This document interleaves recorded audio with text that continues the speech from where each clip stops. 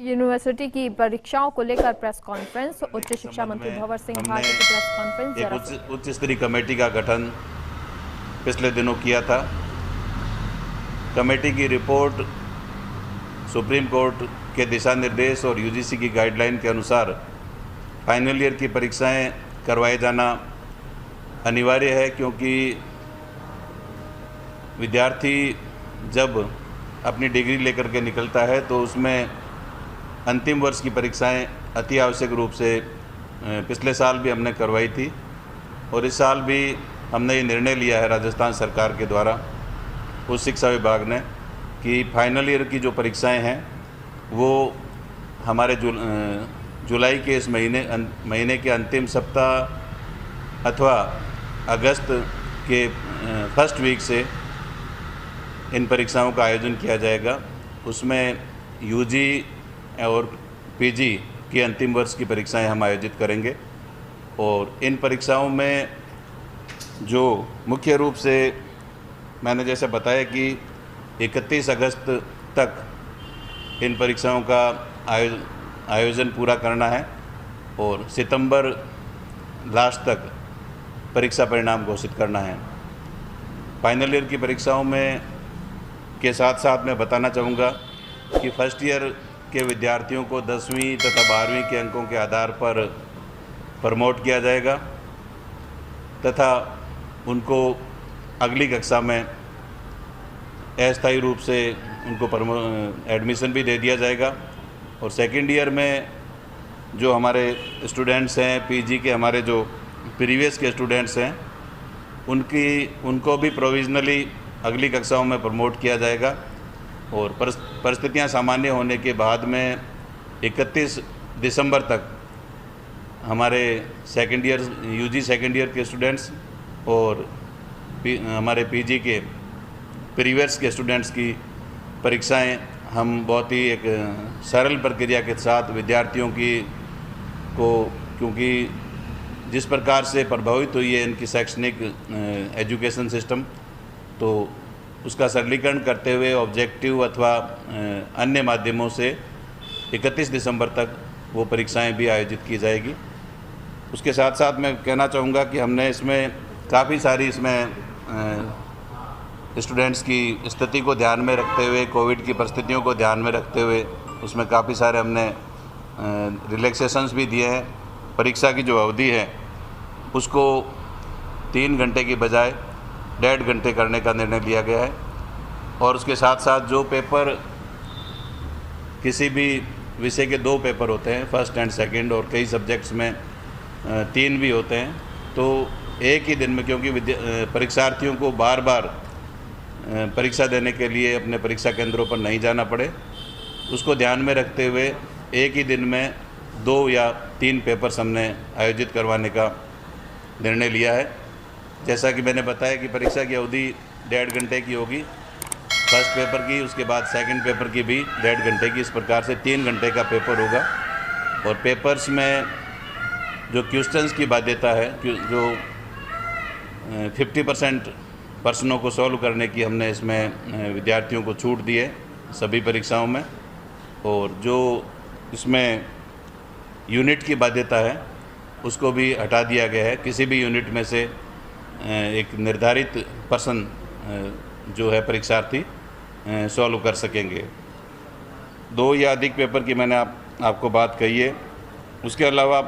Professional जो courses हैं हमारे, उनकी कक्षाओं के लिए हम लोगों ने ये तय किया है कि वो ऑनलाइन परीक्षाएं भी हो सकती है और उसकी जो रेगुलेटरी बॉडीज़ का जो कार्यक्रम आएगा उसके अनुसार परीक्षाएं आयोजित करने का निर्णय लिया है। कोविड प्रोटोकॉल का पूरा ध्यान रखने के लिए विश्वविद्यालयों को निर्देश दिए गए हैं कि कोविड की जो प्रोटोकॉल है, कोविड की जो परिस्थितियां हैं, उसके अनुसार पूरी तरह से ध्यान रखा जाए और सेंटर्स को ज़्यादा से ज़्यादा बढ़ाया जाए, क्योंकि कोविड प्रोटोकॉल का ध्यान रखते हुए हमें परीक्षा केंद्रों को ज़्यादा से ज़्यादा संख्या बढ़ानी है, जिससे कि विद्यार्थियों को, परीक्षार्थियों को किसी भी तरह से कोविड की परिस्थितियों के अनुसार किसी प्रकार की दिक्कत नहीं हो। वैक्सीनेशन के लिए भी हमारे तमाम परीक्षार्थी, हमारे शिक्षक, सभी लोगों को, सभी परीक्षार्थियों को और हमारे शिक्षकों को वैक्सीनेशन में विशेष प्राथमिकता दी जाएगी, इस संबंध में भी निर्णय हुआ है। तो इस प्रकार से कोरोना की इन परिस्थितियों में चूँकि हमें विद्यार्थियों का एकेडमिक जो फ्यूचर है उसका भी ध्यान रखना है और विद्यार्थियों का स्वास्थ्य हमारे लिए सर्वोपरि है। राजस्थान के मुख्यमंत्री अशोक गहलोत जी के नेतृत्व में जिस प्रकार से हमारा प्रदेश पिछले, चाहे फर्स्ट वेव की बात करें चाहे सेकेंड वेव की बात करें, राजस्थान की सरकार ने माननीय मुख्यमंत्री अशोक गहलोत जी के नेतृत्व में आप सबके सहयोग से कोविड के दोनों समय में बहुत अच्छा काम करने का प्रयास किया है। और इस समय भी माननीय मुख्यमंत्री महोदय के स्पष्ट निर्देश हैं कि सुप्रीम कोर्ट के आदेशों की पालना की जाए, यूजीसी गाइडलाइन का भी ध्यान रखा जाए और विद्यार्थियों का जो एकेडमिक भविष्य है उसको भी ध्यान में रखते हुए सभी निर्णय लिए जाए। तो हमने पूरा प्रयास किया है, शिक्षाविदों की हमने राय ली है और विद्यार्थियों के हित में, चाहे वो यूजी का स्टूडेंट्स है चाहे पीजी का स्टूडेंट्स है, सभी विद्यार्थियों को ईजीएस्ट प्रोसेस के माध्यम से उनको परीक्षा का हम आयोजन कर रहे हैं और हमारा पूरा प्रयास रहेगा कि कोविड प्रोटोकॉल का पूरा ध्यान रखें, विद्यार्थियों के स्वास्थ्य का पूरा ध्यान रखा जाए। सर, पहला ही सवाल ये है कि परीक्षा के दौरान यदि कोई स्टूडेंट पॉजिटिव है तो ऐसी स्थिति में क्या फैसला लिया गया? देखिए, ये पिछली बार भी मैं आपको बताना चाहूँगा, सभी प्रदेश के हमारे स्टूडेंट्स को भी बताना चाहूँगा कि कोविड पॉजिटिव या कोविड से संक्रमित होने की वजह से कोई परीक्षार्थी परीक्षा नहीं देना चाहे तो उसको एक अलग से अवसर दिया जाएगा और आगे दोबारा एक एग्ज़ाम करवा करके उन विद्यार्थियों को कोविड की वजह से किसी भी तरह की दिक्कत है, वो परीक्षा नहीं दे पा रहा है, तो उनको दोबारा एग्ज़ाम देने का पिछली बार भी हमने प्रोविज़न किया था, इस बार भी हम प्रोविज़न कर रहे हैं। आपने कहा है एक या एक से अधिक दो या दो से अधिक सब्जेक्ट होने पर 1.5 घंटा, तो ये 1.5 घंटा फर्स्ट सेकंड के लिए रहेगा या पूरा मिक्स रहेगा 3 घंटे? नहीं, दोनों पेपर होंगे। फर्स्ट पेपर जैसे यूजी के स्टूडेंट्स का अगर हिंदी का पेपर है, क्योंकि मोस्टली 3 पेपर होते हैं फाइनल ईयर के स्टूडेंट के, 3 सब्जेक्ट्स के, तो 3 सब्जेक्ट्स के 2 बार होते हैं तो उनको 6 बार आना पड़ता है। हमारा ये सोचना है कि विद्यार्थियों को 6 बार की बजाय हम प्रयास ये करें कि 3 बार आना पड़े, तो फर्स्ट और सेकंड पेपर दोनों को एक ही दिन आयोजित किया जाएगा और जो अवधि है 3 घंटे की एक पेपर की होती है उसको 50% हमने किया है ताकि 1.5 घंटे में फर्स्ट पेपर हो जाए और नेक्स्ट पेपर भी अगले 1.5 घंटे में हो जाए, उसमें भी 50% रखते हुए क्वेश्चंस भी 50% करने होंगे और क्वेश्चंस में जो यूनिट्स की बाध्यता होती है उसको भी हमने हटा दिया है। किसी भी यूनिट्स में से वो 50% क्वेश्चंस के आंसर दे सकते हैं। ऑनलाइन क्लासेस शुरू करने का भी फैसला लिया गया है? हाँ, मैं बताना चाहूँगा कि 10 जुलाई से राजस्थान के हमारे सभी कॉलेज और विश्वविद्यालयों में नया सेशन स्टार्ट हो जाएगा और उसमें ऑनलाइन हम क्लासेस 10 जुलाई से स्टार्ट कर रहे हैं। सभी विद्यार्थियों को अगली कक्षाओं में प्रोविजनल प्रमोट भी कर रहे हैं। फाइनल ईयर की परीक्षाएं फ़िलहाल हम अंतिम वर्ष की परीक्षाएं ले रहे हैं, बाकी जो सेकेंड ईयर की या पीजी की जो प्रीवियस की परीक्षाएं हैं वो दिसंबर तक, जैसा मैंने आपको बताया कि 31 दिसंबर तक जो परिस्थितियां सामान्य होने पर वो परीक्षाएं भी आयोजित की जाएगी।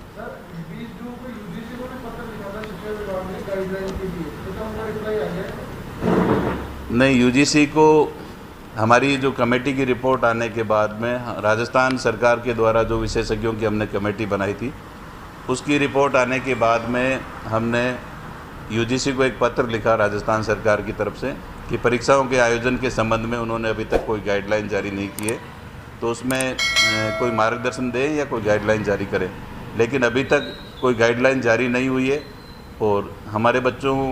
की बार बार ये आ रही थी मांग कि इसमें सरकार कोई निर्णय ले,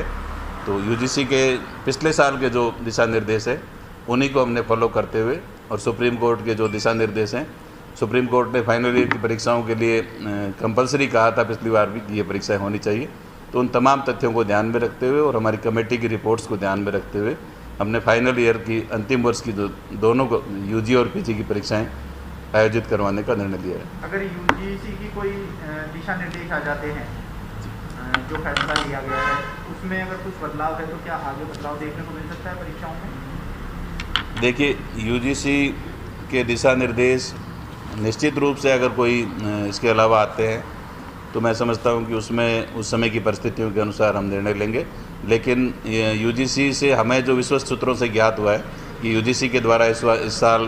किसी प्रकार की कोई गाइडलाइन जारी किए जाने की संभावना बहुत कम है। यदि गाइडलाइन वो जारी करते तो अब तक वो कर चुके होते हैं। सर, फर्स्ट ईयर में एडमिशन को लेकर के किस तरह की प्लानिंग है, किस तरह से एडमिशन होंगे, किस तरह का फॉर्मूला रहेगा, क्या प्लान है? फर्स्ट ईयर में जैसा 12th के जो बच्चे आएंगे तो उनका एडमिशन का जो हमारा जो पहले से जो प्रोसेस चल रहा है उसी को ध्यान में रखते हुए हमने एडमिशन की प्रक्रिया 10 जुलाई से हम स्टार्ट कर रहे हैं और क्लासेस भी ऑनलाइन हम स्टार्ट कर रहे हैं। तो फार्मूला ऑलरेडी हमारा जो विश्वविद्यालय पहले से चला रहे हैं उसको ही ध्यान में रखते हुए रखा जाएगा। का रिजल्ट 31 जुलाई से पहले आएगा तो 10 जुलाई से प्रवेश प्रक्रिया। फर्स्ट ईयर के लिए मैं कहना चाहूँगा कि वो तो 12वीं का जो परिणाम और सारा आने के बाद ही हो पाएगा। सेकेंड ईयर की कक्षाएं हम शुरू कर देंगे और बाकी जो क्लासेज हैं जो हमारे स्टूडेंट्स ऑलरेडी हैं उनकी हम क्लासेस शुरू कर देंगे। 12वीं का तो जैसे ही हमारे माध्यमिक शिक्षा बोर्ड के द्वारा और सीबीएसई के द्वारा पूरा परिणाम जारी कर दिया जाएगा, अंक तालिकाएँ जारी कर दी जाएगी, उसके बाद ही ये शुरू किया जाएगा। हाँ। हाँ। जी देखिए, फाइनल ईयर की परीक्षाएं, क्योंकि फाइनल ईयर के स्टूडेंट्स को आगे दूसरे उनको कैरियर में बहुत सारे स्थानों पर जाना पड़ता है, आगे की कक्षाओं में उसको प्रवेश भी लेना पड़ता है। और सुप्रीम कोर्ट ने भी स्पष्ट कहा है कि कोरोना एडवाइजरी का ध्यान में रखते हुए फाइनल ईयर की परीक्षाएं आवश्यक बताई है, इसलिए हम फाइनल ईयर की परीक्षाएं कर रहे हैं। और जो सेकेंड ईयर की परीक्षाएं हैं उनका भी इसीलिए हम फर्स्ट ईयर को हम प्रमोट कर रहे हैं, लेकिन सेकेंड ईयर के जो विद्यार्थी हैं उनको हमने पिछली बार प्रमोट किया था और इस बार यदि हम दोबारा प्रमोट करते हैं तो किसी भी विद्यार्थी को एक डिग्री में कम से कम 2 साल की परीक्षाएं होना आवश्यक है। तो उन तमाम तथ्यों को ध्यान में रखते हुए हमने ये सेकेंड ईयर की परीक्षाओं का आयोजन आगे करवाने के लिए उनको एक बार प्रोविजनली हम अगली कक्षा में थर्ड ईयर में बैठा रहे हैं,